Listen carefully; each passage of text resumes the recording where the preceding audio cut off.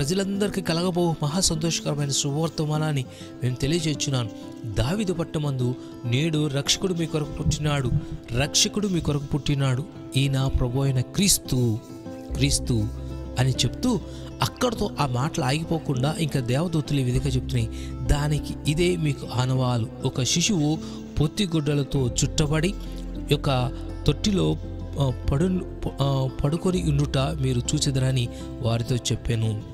పడుకొని ఉండుట చూచెదరు, ఇదిగో దానికిదే మీకు ఆనవాలి, ఒక శిశువు పొత్తిగుడ్డలతో చుట్టబడి ఒక తొట్టిలో పడుకొని ఉండుట మీరు చూచెదరని వారితో చెప్పాను. ఇక్కడ దేవదూతలు వచ్చి ఇదిగో శుభవర్తమానం మీకు తెలియజేస్తానని శుభవర్తమానం వాళ్ళకి తెలియచేయటం, అక్కడ వారికి తెలియచేయటమే కాకుండా దానికి ఒక ఆనవాళ్ళు తెలియజేస్తూ ఉంది. ఉదయకాల సమయంలో మనం కూడా క్రిస్మస్ దినాల గురించి మనం ప్రజలకు సర్వలోకానికి మనం ప్రకటించవలసిన ఒక అవసరం ఉంది. ఆ అవసరం తెలియజేస్తూనే మనకు ఒక రుజువు ఉంది. ఆ రుజువు ఏంటంటే పొత్తిగుడ్డలతో పరున్నాడు. ఈ రోజుకి యేసుక్రీస్తు భూమి మీద పుట్టాడు అనడానికి మనకు కూడా దేవుడు అనేకమైన ఆనవాళ్ళు ఇచ్చాడు. అనేకమైన ఇప్పటికి యేసుక్రీస్తు దగ్గరికి వచ్చి అయ్యా యేసుక్రీస్తు పుట్టాడు అనడానికి మీకు రుజువులేంటి, యేసుక్రీస్తు భూమి మీదకి వచ్చాడు అనడానికి ఆ ఒక రుజువు లేదని మనం కానీ బైబిల్ దగ్గరికి వచ్చి మీరు అడిగితే బైబిల్ చెప్తా ఉంది యేసుక్రీస్తు పుట్టాడు అనడానికి చరిత్ర ఆధారాలు ఉన్నాయి. యేసుక్రీస్తు అన్నది ఒక కల్పన కథ కాదు, యేసుక్రీస్తు అన్నది ఒక పురాణం కాదు, యేసుక్రీస్తు లేదా క్రిస్మస్ అన్నది ఒక కల్పిత కథ కాదు, అది సత్యం, అది హిస్టారికల్ రుజువు. అందుకనే మీకు ఇదే ఆనవాలు, మీకు ఇదే రుజువు. కావాలంటే మీరు చరిత్రను చూడండి, కావాలంటే మీకు ఇక్కడ భౌలికమైన ఆధారాలు చూడండి. యేసుక్రీస్తు భూమి పుట్టాడనడానికి భౌలికమైన ఆధారాలు, చరిత్ర ఆధారాలు ఉన్నాయి. మీకు ఇదే రుజువు అని చెప్పేసి ఈ రోజుకి ఆ రోజులో దేవతతో వచ్చి గొల్లలకు ఇదే మీకు రుజువు అని ఆ రుజువులతో యేసుక్రీస్తు ఎలా పుడతాడు అని ఆ గొర్రెల కాపర్లకి ఆ రోజుల్లో రుజువు చెప్తా ఉంటే ఈ రోజుల్లో మనకి ఈ దినాల్లో మనకు రుజువు ఇస్తూ ఉంది. ఇదిగో యేసుక్రీస్తు పశువుల పాకులు పుట్టాడు అనడానికి ఇదిగో మీకు ఆనవాలు అని కొన్ని ఆనవాలు, చరిత్ర ఆధారాలు మనకు తెలియజేస్తుంది. ఈ రాత్రికాల సమయంలో ఆ ఆనవాళ్ళేంటో, ఆ చరిత్ర ఆధారాలేంటో కొన్నిటిని చూసి ఈరోజు కొన్ని చూసి మనం దేవుని సన్నిధానంలో ముందుకెళ్ళడానికి ప్రయత్నించేద్దాం. యేసుక్రీస్తు భూమి మీద పుట్టాడు అనడానికి ఇప్పటికీ చరిత్ర ఆధారాలు చాలా ఉన్నాయి. వాటిలో కొన్ని మీకు చూపించాలని ఆశపడుతున్నాను. జాగ్రత్తగా మనం చూద్దాం. ఇక్కడ చూసినట్లయితే యేసుక్రీస్తు చరిత్రగా పుట్టాడని చెప్పడానికి కైసర్ అగస్టస్ ఈ సెన్సెస్ ఆయన ప్రజాలంక సంఖ్య రాపిచ్చాడు. ఇక అగస్టస్ చూసినట్లయితే కావాలంటే చూడండి, ఇదే లూకాసు సువార్త 1వ అధ్యాయం 2వ అధ్యాయం 1వ వచనం ఎవరైనా చదువుతారా? ఇదే లూకాసు సువార్త 2వ అధ్యాయం 1వ వచనం ఎవరైనా చదువుతారా? ఆ దినములలో సర్వలోకమునకు ప్రజా సంఖ్య రాయవలనని కైసరు ఔగుస్తు అన్న ఆజ్ఞ ఆయను. ఇది కురేనీయు సిరియా దేశమునకు అధిపతి అయి ఉన్నప్పుడు జరిగిన మొదటి ప్రజా సంఖ్య. అందరూ ఆ సంఖ్యలో రాయబడుటకు తమ పట్టణములకు వెళ్ళిరి. చాలండి. ఇక్కడ చూసినట్లయితే అందరూ వెళ్ళారు. అక్కడ ఆ దినంలో సర్వలోకమునకు ప్రజాసంఖ్య రాయవలని కైసర్ ఔగుస్తు వలన ఆజ్ఞ ఆయను. ఇది కురేనీయులు సిరియానీయులకు అధిపతి అయి ఉన్నప్పుడు జరిగిన మొదటి ప్రజాసంఖ్య. ఇక్కడ ఆధారాలు ఉన్నాయి. ఇది యేసుక్రీస్తు భూమి మీద పుట్టేటప్పుడు ఆయన ప్రజాసంఖ్య రాయటానికి వెళ్ళాడు. ప్రజాసంఖ్య రాసినప్పుడు ఆ ప్రజాసంఖ్యలో యోసేపు మరియలు కూడా వెళ్ళారు. వారి పేర్లు కూడా రాయబడినాయి.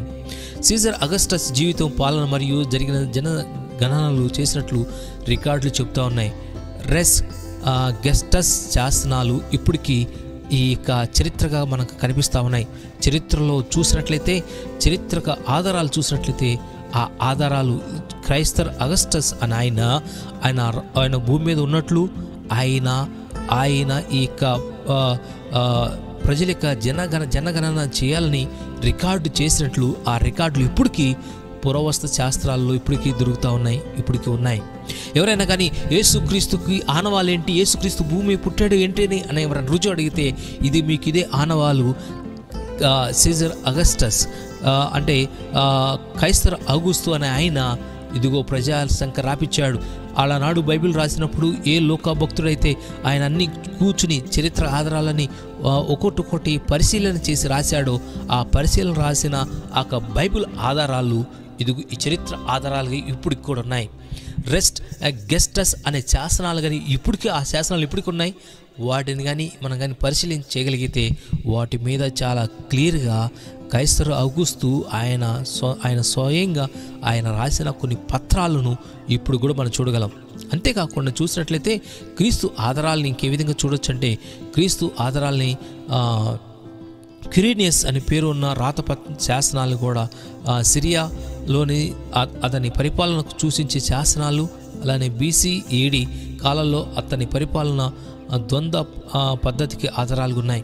ఇక్కడ చూసినట్లయితే ఆయన కురేనీయుడైన సిరియస్ అడ్మినిస్ట్రేషన్స్ ఎవిడెన్సెస్, ఆయన అడ్మినిస్ట్రేషన్స్కి కైసర్ ఔగుస్తు అనే ఆయన సిరియా అలానే కురేనీయులు సిరియా దేశంలోకి అధిపతి ఉన్నప్పుడు ఆ దినాల్లో జరిగిన శాసనాలు ఇప్పటికీ ఉన్నాయి. ఆ రోజులో పలకల మీద రాయబడిన ఆ శాసనాలు ఇప్పటికీ ఉన్నాయి. క్విరీనియస్ పేరు ఉన్న పురాతన శాసనాలు ఇప్పటికీ దొరుకుతున్నాయి. సిరియాలో అతని పరిపాలన సూచించే శిలాపలకలు ఇప్పటికీ ఉన్నాయి. ఇప్పుడు ఎవరైనా అడిగితే ఏంటయ్యా యేసుక్రీస్తు పుట్టాడు అనడానికి ఆనవాళ్ళు ఏందని అడిగితే ఆ ఆనవాళ్ళు ఇప్పటికీ ఉన్నాయి. యేసుక్రీస్తు భూమి మీద పుట్టాడు అనడానికి రుజువులు ఉన్నాయని తెలియజేస్తూ ఉంది. అలానే చూసినట్లయితే ఇంకా తర్వాత చూసినట్లయితే యేసుక్రీస్తు భూమి మీద పుట్టాడు అనడానికి ఈజిప్టులో కనుగొబడిన రోమన్ సెన్సస్ పత్రాలు,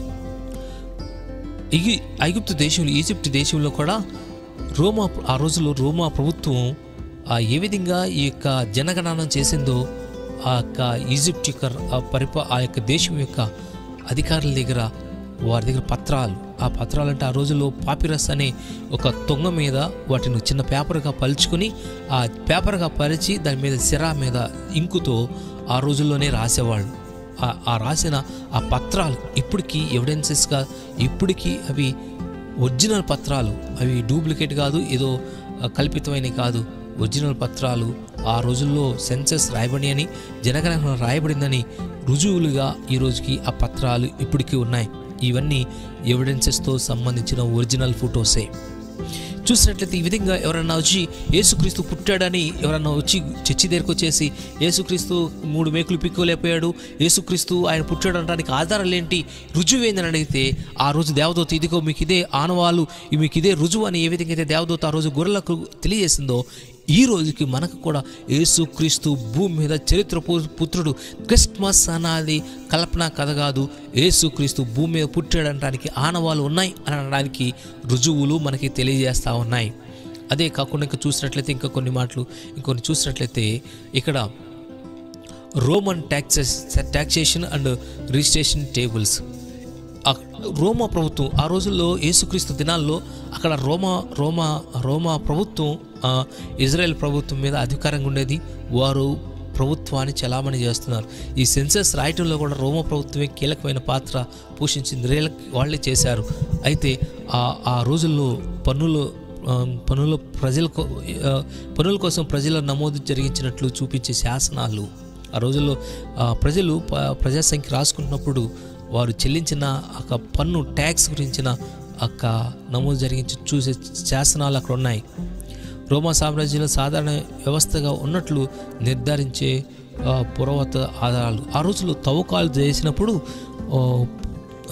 అక్కడ ఆ తవ్వకాలలో బయటపడిన ఈ యొక్క శాసనాలు ఆధారాలు ఉన్నాయి. వీటన్ని ఆధారాలను బట్టి చూసి క్రైస్తవ అన్నది, క్రీస్తు పుట్టుక అన్నది అది చరిత్ర ఆధారాలతో ఉన్నది, దానికి ఆనవాళ్ళు ఉన్నాయి. అంతేకాకుండా చూసినట్లయితే బెత్లెహేమ్ అండ్ బెత్లెహేమ్లో రోమా సామ్రాజ్యానికి సంబంధించిన ఎవిడెన్సెస్ ఇప్పటికీ కనిపిస్తూ ఉన్నాయి. ఇక్కడ చూసినట్లయితే లిటిల్ టౌన్ ఆఫ్ బెత్లెహేమ్, ఆ రోజుల్లో బెత్లెహేమ్ టౌన్ ఎలా ఉంటుందో ఆధారాలతో సహా ఇలా ఉన్నాయి. మొదటి శతాబ్ద కాలంలో బెత్లెహేమ్ పురావస్తు తవ్వకాలలో స్థలాల్లో అది బయటపడినట్లు చూస్తాం. హేరోదు కాలంలో యూదయ ప్రాంతం పరిపాలన నిర్మాణం ఎలా ఉండేదో ఆ రోజులో హేరోదు రాజు ఉన్నాడని, ఆ రాజు ఆ కాలంలో యుదయ ప్రాంతం ఆ యొక్క పరిపాలన నిర్మాణాలు ఎలా ఉండేయో ఈరోజు పురావస్తు శాస్త్రాల్లో తవ్వకాల్లో అనేకమైన వాస్తవాలు బయటపడతా ఉన్నాయి. లోక రాసిన కాలానికి పూర్తిగా సరిపడే భౌగోళిక ఆధారాలు ఇప్పటికీ ఆ రోజుల్లో లోక రాసిన యేసుక్రీస్తు మొదటి శతాబ్దంలో రాసిన ఈ లోక సువార్తకి ఈరోజు పురావస్తు శాస్త్రాల్లో తవ్వకాల్లో బయటపడుతున్న ఆధారాలకి భౌగోళిక అంటే మనకి ఫిజికల్గా మనకు కనిపిస్తున్న ఆధారాలకి దగ్గరగా సరిపడే అనేకమైన ఆధారాలు ఉన్నాయి. అనేకమైనవి ఇప్పటికీ మనకున్నాయి. ఎవరన్నా రుజువు అడిగితే ఆ రుజువు అడిగిన వాళ్ళకి ఇవ్వడానికి కావాల్సిన సమస్తం ఈరోజు ఉన్నాయి. అంతేకాదు చూడండి, జస్టిన్ మాట్ఫర్ అని ఆయన AD 150లో యేసు జనన రికార్డులు రోమా ఆర్చివ్లో ఉన్నాయి అని చెప్పిన చరిత్రకారుడు ఈయనొకడు.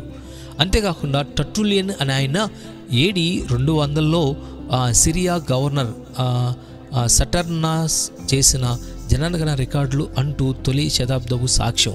ఆ రోజుల్లోనే టర్టులియన్ ఆయన ఇక సాక్ష్యాలు ఆయన రాసిన కొన్ని పత్రాలు ఇక్కడ ఉన్నాయి. ఇది ఒరిజినల్ పత్రం. ఇక్కడ ఆ రోజుల్లో జనగణన జరిగింది అనడానికి కొన్ని రుజువులు ఉన్నాయి.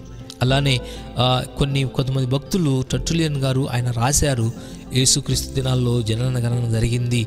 ఈ గవర్నర్ లేకపోతే ఈ యొక్క రోమా రికార్డులు ఉన్నారు, హేరోదు రాజులు ఉన్నారు, వారు పరిపాలన చేశారు, ఆ పరిపాలన దినాల్లోనే యేసుక్రీస్తు కూడా ఉన్నాడు అనడానికి వారు రుజువులు కొన్ని తెలియజేశారు. ఇక్కడ చూసినట్లయితే ఆర్కియలాజికల్ ఆ రోజుల తవ్వకాలలో కూడా లోక రికార్డ్ చేసిన హిస్టారికల్ ఎవిడెన్సెస్ని మనం అక్కడ చూడవచ్చు. ఆర్కియలాజికల్ తవ్వకాలలో అనేకమైన డిస్కవరీస్ బైబిల్ ఆర్కియలాజికల్ ఆ రోజుల్లో బైబిల్కి ఆధారాలుగా ఉన్నట్టు, మనం యేసుక్రీస్తు చరిత్ర పురుషుడిగా ఉన్నట్లు మనకు ఆధారాలు తెలియజేస్తూ ఉంది. దీనన్నిటిని బట్టి చూసినట్లయితే యేసుక్రీస్తు అన్నది ఒక కల్పిత కథ కాదు, యేసుక్రీస్తు జన్మ అన్నది ఒక కల్పిత కథ కాదు, దానికి ఆధారాలు రుజువులు ఉన్నాయి. ఆ రోజు దేవదూత వచ్చేసి ఏ విధంగా అయితే వచ్చేసి ఇదిగో ప్రజలందరికీ కలగబో మహా సంతోషకరమైన సువార్తమానం నేను మీకు తెలియజేస్తున్నానని, దావీదు పట్టణమందు నేడు రక్షకుడు మీ కొరకు పుట్టి ఉన్నాడు, మీకు ఇదే ఆనవాలు అని ఏ విధంగా అయితే తెలియజేస్తుందో, ఈరోజు క్రైస్తవులుగా ప్రతి క్రిస్మస్ దినాన ప్రతి క్రిస్మస్ సీజన్లో లేకపోతే ప్రతి ఆదివారం లేకపోతే ప్రతి సందర్భంలో యేసుక్రీస్తు లోకరక్షకుడు, ఇదిగో యేసుక్రీస్తు అందరికీ ప్రభు అని, యేసుక్రీస్తు లోకాలందరికీ ఆయన పాపాన్ని విడుదల కలిగించే లోకరక్షకుడని ప్రకటిస్తున్న ఆ ప్రకటనకి ఆధారాలు ఉన్నాయి, రుజువులు. అయితే ఈ గొల్లలు ఎప్పుడైతే వారి దగ్గరికి ఈ శుభవార్త వచ్చిందో వారందరూ ఏం చేశారంటే 13వ వచనం చూసినట్టయితే, వెంటనే పరలోక సైన్య సమూహములు ఆ దూతలతో కొడ నుండి సర్వోన్నతమైన స్థలంలో దేవుని మహిమయు ఆయనకి ఇష్టలైన మనుషులకు భూమి మీద సమాధానం కలుగునుగా కానీ దేవునికి స్తోత్రము చేయుచుండెను.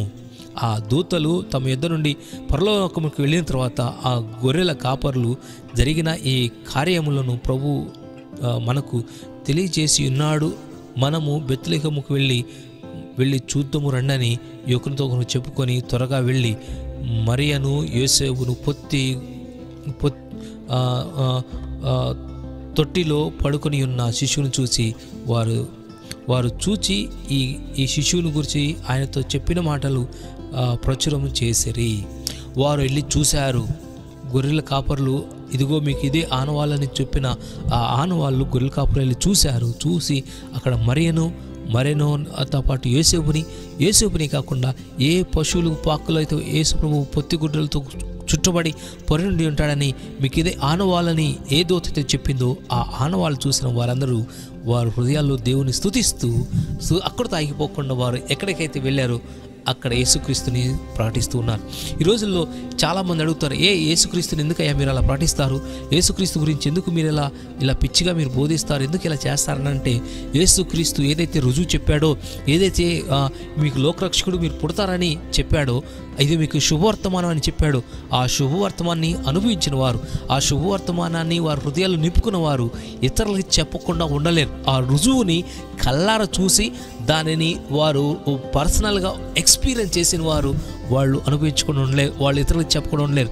ఈ గొల్లల కాపుర్లు కూడా ఏ సూచన అయితే దేవదూతలు ఇచ్చి ఏ శుభవర్తమానాన్ని అయితే ఆ ప్రజలకు తెలియజేసి ఆ గొల్లలకు తెలియజేస్తుందో వారు ఫిజికల్గా వెళ్ళి చూశారు, దానిని ఎక్స్పీరియన్స్ చేశారు.